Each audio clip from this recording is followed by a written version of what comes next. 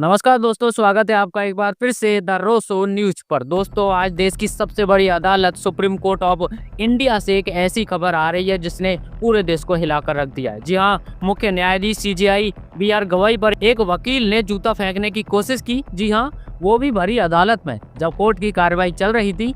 ये सिर्फ एक अदालत के भीतर की घटना नहीं है, ये पूरे न्याय तंत्र पर हमला है। और इस घटना पर भीम आर्मी प्रमुख चंद्रशेखर आजाद ने तीखी प्रतिक्रिया दी है, जो अब सोशल मीडिया पर वायरल हो चुकी है। उन्होंने क्या कहा है, क्या था पूरा मामला, कौन है वो वकील जिसने जूता फेंका, और चंद्रशेखर आजाद ने क्यों कहा कि ये न्यायपालिका की आत्मा पर हमला है। चलिए पूरा मामला विस्तार से जान लेते हैं, बस वीडियो को पूरा जरूर देखिएगा। सोमवार को सुप्रीम कोर्ट की एक सामान्य सुनवाई चल रही थी। सीजेआई बीआर गवाई की अध्यक्षता वाली बेंच वकीलों के मामले की मेंशनिंग सुन रही थी। उसी दौरान अचानक एक वकील राकेश किशोर जजों के डाइस के करीब पहुंचा और फिर उसने अपनी जूती उतारी और सीजेआई गवाई की ओर फेंकने की कोशिश की। जी हाँ, लेकिन शुक्र है कि कोर्ट में मौजूद सुरक्षाकर्मी सतर्क थे। उन्होंने तुरंत उस वकील को पकड़ लिया और रोक लिया।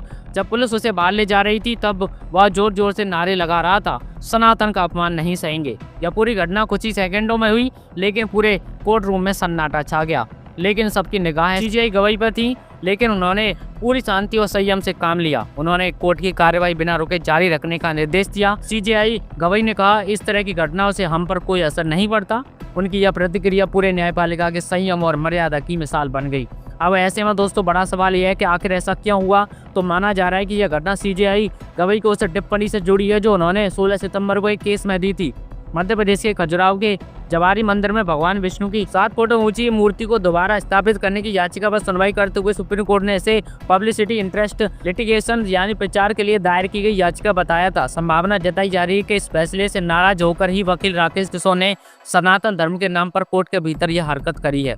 लेकिन इस पूरे मामले में सबसे सशक्त और जिम्मेदार प्रतिक्रिया दी है भीम आर्मी प्रमुख और नगीना से सांसद चंद्रशेखर आजाद ने। उन्होंने सोशल मीडिया प्लेटफॉर्म एक्स पर एक पोस्ट में लिखा है, माननीय सुप्रीम कोर्ट में मुख्य न्यायाधीश सीजेआई बीआर गवाई पर सुनवाई के दौरान जूता फेंकने की कोशिश बेहद गंभीर और शर्मनाक घटना है। यह केवल न्याय व्यवस्था पर हमला नहीं बल्कि जातिवाद और असहिष्णुता का भी प्रतीक है। चंद्रशेखर ने कहा है कि जब न्याय के सर्वोच्च मंच पर बैठे व्यक्ति की सुरक्षा और गरिमा पर हमला होता है तो यह पूरे न्याय व्यवस्था को कमजोर करने की कोशिश होती है।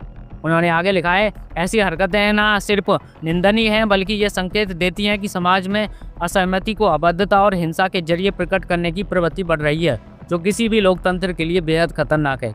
और यही बात आज हर सोचने वाले नागरिक को समझनी चाहिए, क्योंकि असहमति अगर हिंसा में बदल जाए तो लोकतंत्र की जड़ें हिलने लगती हैं। चंद्रशेखर आजाद ने सरकार से सख्त कार्रवाई की मांग करते हुए लिखा है कि हम इस जघन्य कृत्य की कट्टर निंदा करते हैं और पीएमओ से मांग करते हैं कि आरोपी पर देशद्रोह और न्यायिक गरिमा भंग करने की सबसे सख्त धाराओं में मुकदमा दर्ज हो। और अंत में उन्होंने लिखा है कि न्यायपालिका की स्वतंत्रता पर कोई भी हमला देश की आत्मा पर हमला है और इसे किसी भी हालत में बर्दाश्त नहीं किया जा सकता। दोस्तों, चंद्रशेखर आजाद का यह बयान अब सोशल मीडिया पर तेजी से फैल रहा है। लोग उनकी बातों को साहसिक और सटीक बता रहे हैं। कई लोग कह रहे हैं कि अगर संसद में बैठे नेता ऐसी घटनाओं पर चुप रहेंगे तो कल कोई भी संस्थान सुरक्षित नहीं रहेगा। वहीं सुप्रीम कोर्ट की सुरक्षा व्यवस्था पर भी सवाल उठ रहे हैं कि आखिर एक वकील कैसे जजों के करीब तक पहुंच गया, और इस पर दिल्ली पुलिस और सुप्रीम कोर्ट की सुरक्षा टीम ने जांच भी शुरू कर दी है। दोस्तों, अदालतें केवल दीवारें और कुर्सियों से नहीं बनती, उनका सम्मान हम सबकी जिम्मेदारी है।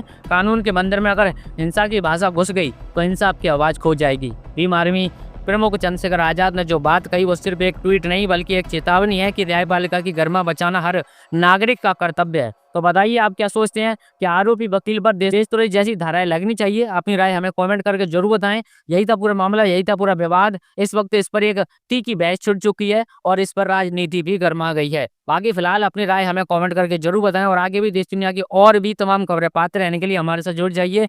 वीडियो को लाइक करिए, चैनल को सब्सक्राइब करिए ताकि आगे भी आपको खबरें मिलती रहें। चलिए जल्दी मुलाकात होगी अगली खबर के साथ, तब तक के लिए अपना ख्याल रखिए। नमस्कार, जय हिंद।